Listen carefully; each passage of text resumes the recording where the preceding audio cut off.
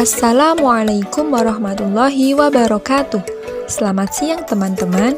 Perkenalkan, saya Lailatul Khairun Nikmah. Di sini akan memaparkan tentang praktikum berbasis green chemistry yang telah saya lakukan di rumah. Percobaan yang telah saya buat adalah tentang sel volta sederhana dengan judul penggunaan buah jeruk nipis sebagai alternatif pengganti baterai untuk menghasilkan energi listrik. Kita masuk ke tujuan percobaan. Tujuan dari percobaan ini adalah yang pertama, untuk mengamati, mempelajari, dan mengetahui maksud dari sel volta. Yang kedua, untuk mengamati dan mempelajari elektrolit sel volta. Yang ketiga, untuk mengetahui apakah jeruk nipis dapat menghasilkan energi listrik. Selanjutnya, kita masuk ke latar belakang dari percobaan ini.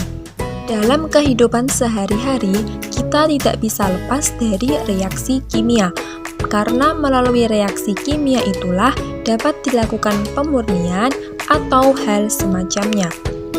Elektrokimia adalah ilmu yang mempelajari aspek elektronik dari reaksi kimia. Ada dua kelompok, yaitu sel galvani dan sel elektrolisis, yang terdiri dari dua elektroda yang disebut katoda atau bereaksi secara reduksi, dan anoda yang bereaksi dengan reaksi oksidasi. Sel volta merupakan jenis sel elektrokimia yang dapat menghasilkan energi listrik dari reaksi redoks yang berlangsung secara spontan. Percobaan sel volta biasanya menggunakan karbon dalam baterai untuk menghasilkan energi listrik. Tetapi kita tahu bahwa limbah yang dihasilkan dari karbon itu akan menyebabkan limbah yang sangat berbahaya karena termasuk dalam B3 atau bahan berbahaya dan beracun. Nah, sebagai alternatif penggantinya, kita bisa menggunakan jeruk nipis yang mana kandungan zat kimianya diketahui dapat diubah menjadi energi listrik dalam suatu rangkaian sel volta. Kelebihan dari penggunaan jeruk nipis ini adalah limbah yang dihasilkannya ini tidak berbahaya karena termasuk bahan alam. Kelebihan lainnya adalah jeruk nipis ini sangat mudah didapatkan dengan harga yang relatif sangat murah. Selanjutnya adalah alat dan bahan yang dibutuhkan. Alat yang dibutuhkan dalam percobaan ini ada 5 jenis alat. Yang pertama, 6 buah kabel dengan panjang 15 cm sebanyak 4 buah. Yang kedua, 1 buah lampu LED kecil. Yang ketiga, 5 koin tembaga. Yang keempat, 5 buah paku. Dan yang kelima adalah 12 buah penjepit buaya. Untuk bahan yang digunakan adalah 5 buah jeruk nipis. Lalu, bagaimana sih cara kerjanya? Pertama-tama, kita siapkan alat dan bahan yang dibutuhkan tadi. Yang kedua, kita ambil kabel, lalu pisahkan kabel yang bermuatan positif dengan negatif. Kabel positif ini ditandai dengan warna merah, sedangkan negatif ditandai dengan warna hitam. Kemudian, kita kupas kabel agar diperoleh tembaganya. Selanjutnya, kita lilitkan tembaga kabel pada penjepit buaya. Lalu, kita jepit lampu dengan jepitan buaya tadi. Kemudian, kita ambil buah jeruk nipis, lalu ditancapkan paku dan uang koin pada setiap buah jeruk. Kemudian, kita sambungkan paku dan logam pada jeruk yang lain dengan menggunakan kabel. Selanjutnya, kita tempelkan penjepit buaya pada paku dan logam sesuai dengan aliran listriknya. Aliran positif akan ditancapkan pada logam uang koin dan aliran negatif akan ditancapkan pada paku. Selanjutnya, kita sambungkan kabel pada jeruk nipis dengan kabel lampu. Lampu akan menyala jika percobaan berhasil. Kemudian dilakukanlah pengamatan. Untuk tempat praktikumnya kita lakukan di rumah.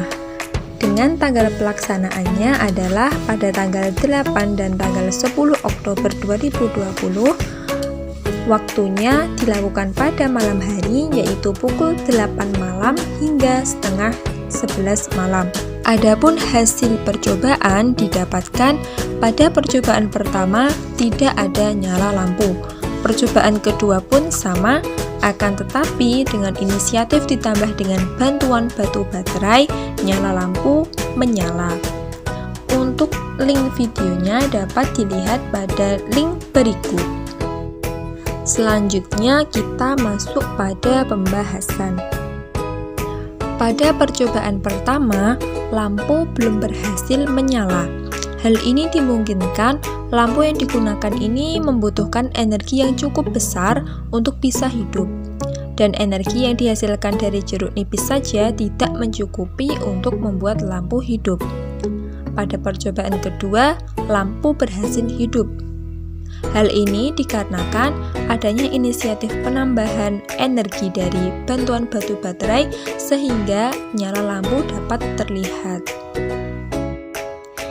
Kemungkinan penyebab gagalnya percobaan adalah dikarenakan yang digunakan adalah lampu LED 5 watt, bukan lampu LED 3 watt. Selanjutnya adalah dikarenakan kabel yang dipakai berukuran hampir 30 cm, yang seharusnya hanya 15 cm saja. Untuk sel volta pada baterai jeruk nipis, larutan elektrolisisnya adalah berupa air asam jeruk, di mana anoda terletak pada pangkal atas jeruk yang ditancapkan logam tembaga, sedangkan katodanya ada pada bagian yang dipasang lempengan sel.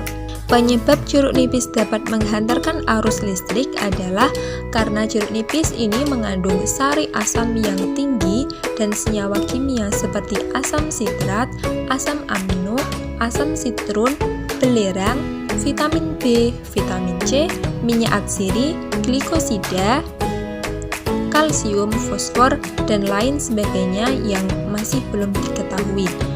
Senyawa-senyawa kimia yang terkandung dalam jeruk nipis apabila dihubungkan dalam jumlah yang cukup dan disambungkan menjadi satu, dapat menghasilkan sumber listrik yang berguna untuk menghidupkan sebuah lampu LED dengan kuat arus sebesar 3 volt, namun tidak bertahan lama.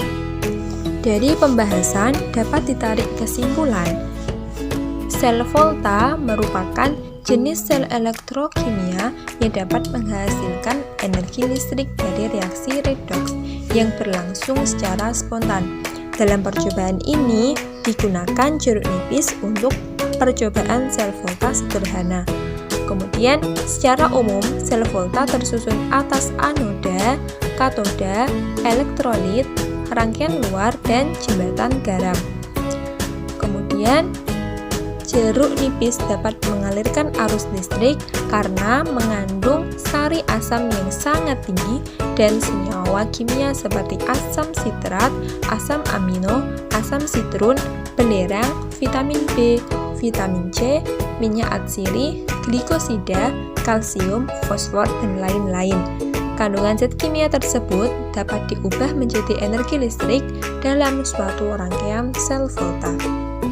Demikianlah pemaparan tentang percobaan sel volta sederhana. Semoga bermanfaat. Mohon maaf apabila ada kesalahan. Wassalamualaikum warahmatullahi wabarakatuh.